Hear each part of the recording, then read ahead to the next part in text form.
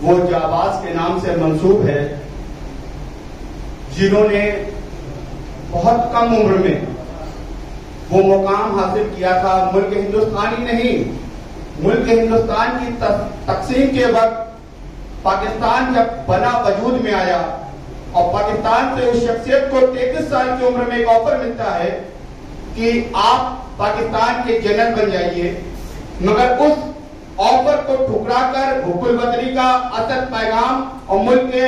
हिंदुस्तान में मुसलमानों की क़यादत और हमारी नुमाइंदगी और हमारी वफादारी को पेश करने वाली वो अजीम शख्सियत जिसे हम ब्रिगेडियर मोहम्मद उस्मान के नाम से जानते हैं, उनके नाम से आज की ये तारीख, आज की ये बर्म मंसूब है। उनकी यौम विलादत के मौके पर मैं मरहूम को के हक में दुआ करता हूं कि अल्लाह तबारक तआला मरहूम को जन्नतुल फिरदौस में आला से आला मुकाम अता फरमाए और उनके दर्जात को बुलंद फरमाए। ऐसे ही मुजाहिद जिन्होंने नौशेरा के शेर के नाम से पूरी दुनिया ब्रिगेडियर को जानती है, ब्रिगेडियर बलूच रेजिमेंट की बात हो, डोगरा रेजिमेंट की बात हो, बलूच रेजिमेंट भारत के तकसीम होने के बाद पाकिस्तान के खित्ते में हिस्से में चला गया। उसके बाद आप डोगरा रेजिमेंट के हीरो के नाम से जाने गए। हमारे लिए फख्र की बात है 1948 में शहीद होने के बाद भी ब्रिगेडियर को महावीर चक्र अवार्ड से सरफराज किया गया। उनके मरणोपरांत, उनकी शहादत के बाद वो महावीर चक्र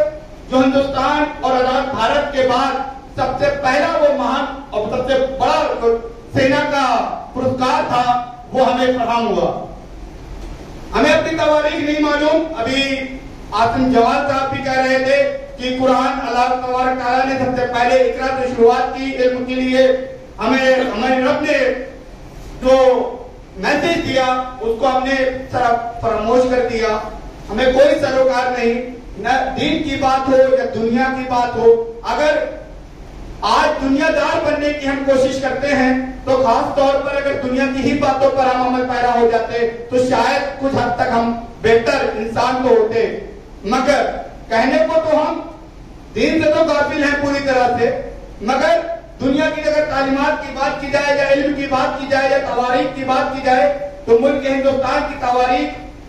और हमारे असलाफ की कुर्बानियां हमने इस तरह फरामोश कर दी कि आज जब हमारा पड़ोसी या हमारा हमवतनी भाई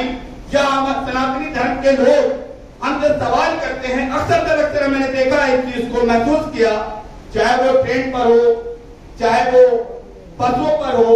अक्सर लोग चर्चा करते नजर आते हैं तो हमारे लब पर अगर मुजाहिदे आजादी का जिक्र आता है तो 2 और 3, इसके बाद 2-3 नाम बताने के बाद हम खामोश हो जाते हैं। हकीकत है तो वसच है, आजमाया हुआ है। बहुत ज्यादा हम नाम ले लेते हैं तो अशफाक उल्लाह खां का, डॉक्टर जाकिर हुसैन का, अबुल कलाम आजाद का, बहुत उसके बाद आजाद मुल्क आजाद होने के बाद 1965 में शहीद हुए मीर अब्दुल हमीद साहब का, बस एंड। इसके बाद बहुत ज्यादा तालीम याफ्ता होता है तो वो कह देता है मौलाना मोहम्मद अली जौहर साहब, बहुत ज्यादा तालीम याफ्ता होता है तो कह देता बहादुर शाह जफर, टीपू सुल्तान, इनफ, बस। और अगर उनकी तावारीख की बात की जाए, अब अहले सुन्नत के मानने वालों को नहीं मालूम कि आप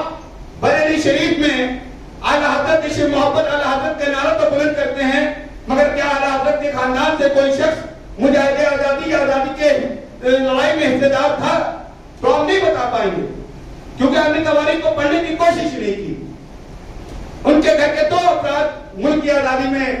हिस्सेदारी ली और शहीद हुए, नहीं मालूम तवारीख। हमने क्या समझने की कोशिश की? सिर्फ अपनी नफ्स पर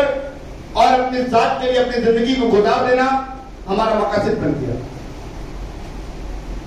ब्रिगेडियर उस्मान जैसी शख्सियत, इनके जैसे लोग हमारी उस वक्त तैयारी इसलिए कर रहे थे कि आने वाले वक्त में जब मुल्क आजाद हो जाएगा और मुल्क की आजादी के बाद जब हमारी नुमाइंदगी और हमारी हिस्सेदारी की बात आएगी तो कई दूसरे मजहब के लोग हमारे नौजवानों से ये सवाल न कर दें कि तुम्हारे लोग उस वक्त कहां थे, तुम्हारी क़यादत उस वक्त कहां थी, तुम्हारी नुमाइंदगी उस वक्त कहां थी जब मुल्क अंग्रेजों से मोर्चा ले रहा था, जब मुल्क तनाव हो गया था, जब मुल्क पर हमले हो रहे थे, जब तुम्हारे लोग कहां थे? वो जाबाज लोगों ने, उनको भी जीने का शौक था। और ऐसा नहीं है कि वो सरमाएदार लोग नहीं थे, ऐसा भी नहीं है। अक्सर आज के दौर में जब कोई आवाज को बुलंद करता है, आवाज को उठाता है, तो हमारे माशरे से एक आवाज निकलती है जो कहती है कि ये लोग सियासी लोग हैं, ये लोग फ्री लोग हैं, इनके पास कोई टाइम नहीं, कोई काम नहीं है, इसलिए ये लोग इस तरह के मुजाहिदाना करतब को अपनी शोहरत के लिए, झूठी नाम नहाद शोहरत के लिए करते हैं। तो मैं आपको बताऊं कि मौलाना मोहम्मद अली जौहर जिनके नाम से हमारी तंजीम मंसूब है, वो शख्सियत बैरिस्टर थी और लंदन से ऑक्सफोर्ड यूनिवर्सिटी से तालीम हासिल करके आई थी। और उनका अहले खाना, और सिर्फ मौलाना मोहम्मद अली जौहर साहब की बात नहीं है, मौलाना अबुल कलाम आजाद साहब भी बैरिस्टर थे। अगर तवारीख को पढ़ेंगे तो उस वक्त मुल्क की आजादी से कबल, मुल्क की आजादी के बाद जो बहुत से लोग जिन्होंने मुल्क हिंदुस्तान को छोड़ दिया और हमारे उस वक्त के पाकिस्तान के बंटवारे में जो उनको ऑफर किए गए, जिन लोगों ने एक्सेप्ट किया और हिंदुस्तान को छोड़ दिया, वो लोग भी आजाद भारत से पहले भारत की हिस्सेदारी के लिए, भारत की आजादी के लिए जो अपना रोल अदा कर रहे थे, वो रोल मुल्क की हुकूमत वतनी के लिए कर रहे थे। वो बात अलग है कि आजादी के वक्त जो कॉम्प्रोमाइज हुआ उसमें क्या हुआ। अगर मोहम्मद अली जिन्ना का रोल भी देखा जाए तो आजादी से कबल जब अंग्रेजी और बरतानी हुकूमत से हम मोर्चा ले रहे थे, तो मोहम्मद अली जिन्ना भी फ्रंट पे आकर क़यादत कर रहे थे मुल्क हिंदुस्तान की। आजाद भारत में हमारी क्या कंडीशन क्रिएट हुई, किन कंडीशंस की बुनियाद पर पाकिस्तान को हिंदुस्तान को तकसीम किया गया, वो अलग बात है। मगर ब्रिगेडियर उस्मान ने जब सेना का जनरल बनाए जाने की बात उन्होंने नेगलेक्ट की, काट दी और बहुत